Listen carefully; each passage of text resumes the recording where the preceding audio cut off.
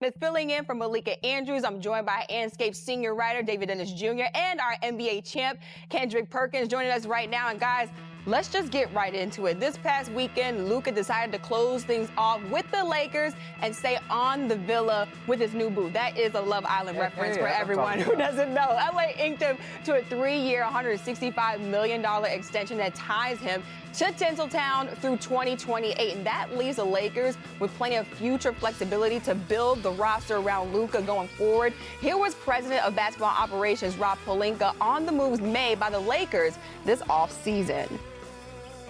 We like the upgrades we're able to make to the roster, but by no means are we going to be satisfied. I think every year we're on an infinite cycle to try to improve this team and win championships, and we'll stay committed to that work. All right, now welcome in our front office insider Bobby Marks and senior writer Tim Bontemps. And you guys put out a great piece on ESPN.com on what's next for the Lakers after Luka's extension. So, Tim, I want to start with you. Now that they have clarity on Luka's future, what are the Lakers looking forward to right now?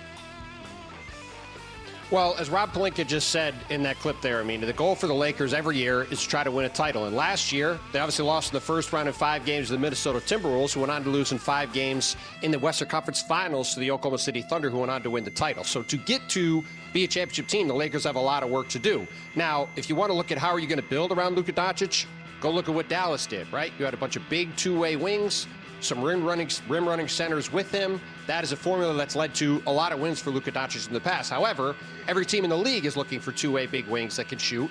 So getting them with limited draft picks going forward and salary cap space going forward is going to be a problem.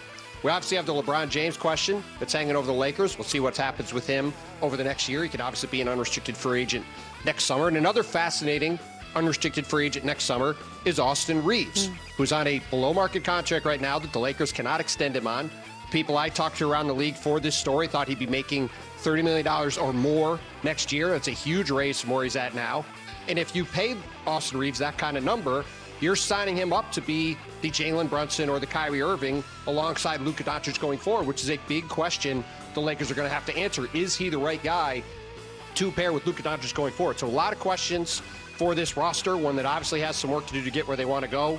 And Rob Pelinka has his hands full trying to get this Lakers roster to a championship caliber level in a Western Conference led by the Thunder and the Rockets and all these other contenders up and down the lineup. Yeah, we'll keep an eye on the Reeves situation also. But what everyone wants to know is what's next for LeBron James. Perk, I see you right there. Would you got something for me?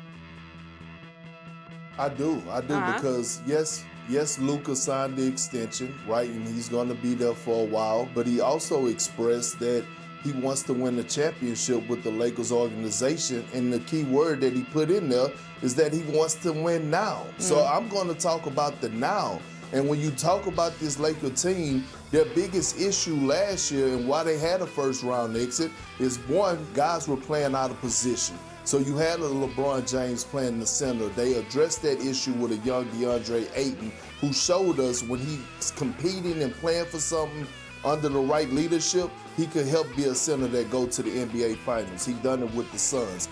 2, can Austin Reaves be a third option offensive player on a championship contender? Absolutely he can. When you look at his numbers that he put up last year, 20 points, almost 6 assists, 4.5 rebounds, it was damn near similar to Ja Morant. And so when you think about Austin Reaves and what he could do, and then they address the position of the perimeter defender, perimeter defense, and add Marcus Smart, because we saw what Anthony Edwards did to them last year in the first round. The Lakers are right in the thick of things. And last but not least, they're finally going into training camp healthy. Jared Vanderbilt, healthy. Right, Gabe Vincent, healthy. Under J.J. Redick in his second year of coaching with a hell of a coaching staff, the Lakers are a legit title contender right now. I'm not picking them, but they definitely are a real title contender. And Perk, those are all valid points right there. Let's switch back to LeBron James. Everybody wants to know what the future of LeBron James is with this Lakers team. So, Bobby, what are the options here for LeBron with 1 year left on his contract? I mean, this is an unprecedented situation here, and I'll kind of set the stage for you. Here we have a 40-year-old LeBron James who continues to play at an all-NBA level, and the only thing that's guaranteed is that he's going to be an unrestricted free agent next year, and that's because he opted into that contract here. I think when you look at it from the Lakers' perspective, it's ironic. They're a team that's going to have $50 million in cap space next offseason, but guess what? The two best free agents out there are LeBron James and certainly Austin Reaves here. So it's certainly going to be a situation that we continue to monitor as this situation goes throughout the year. I think the big question for me is what happens if this Lakers team struggles during the course of this year, and if they fall out of the top 6 of the Western Conference. Would they ever entertain moving off LeBron James? It does become complicated, certainly from a trade shooter standpoint, but I think we know for one thing, if LeBron James does become a free agent next offseason, there's going to be a line of teams out there willing to sign him if he wants to continue playing basketball. Yeah, a lot of different X factors with this Lakers team. But David, I want to ask you, what chances do you give the Lakers, as they're constructed right now, to win a championship with Luka? Unlike what Perk said, I don't think they're going to win a championship this year. I don't see them as contenders this year. I mean, you can talk about all the things they've added. You can talk about the Aiden. You can talk about the Marcus Smart. They still got bounced in 5 games pretty handily by Minnesota Timberwolves team. That's not better than OKC. That's not better than Houston. That's not better than Denver. I don't see the Lakers entering into the top 4 with what they have. You can talk about Reeves and Luka and LeBron. Somebody's got to play defense back there. And Luka looks great and all that stuff, but that doesn't mean anything in terms of how he's going to look defensively. There's a lot of stuff I need to see from this Lakers team to believe they're contenders this year. I just don't see it. Now, going forward, Bobby brings up a good point. The way that you build teams that for the Lakers traditionally has been pretty simple. You get a star, Kobe, Shaq, even Magic, or LeBron, you get one of those guys, they come to the team, and then you build around them, you get your stars later. You get an Anthony Davis, you get a Pau Gasol, you get a Metta World Peace, you get that.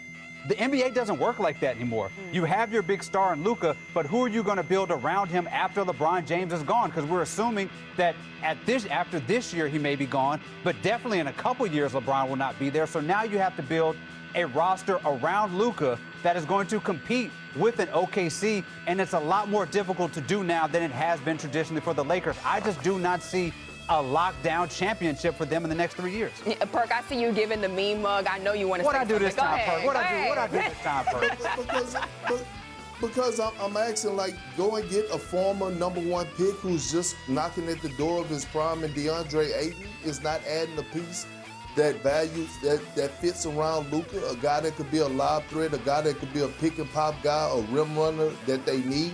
Go and get a Marcus Smart, who I believe is 31 years of age, adding him to the roster, a defensive guy that Luka actually made phone calls to because he wanted him on the roster and know what Marcus Smart brings to the table, is not building and going in the direction of adding pieces. That is adding pieces. That they did an exceptional job, especially at the number that they got those 2 guys in. Yeah, like I feel like we can go on and on about this, but Bontemps, I want to get you in here as well before we wrap things up. What are your thoughts on the Lakers in that championship window?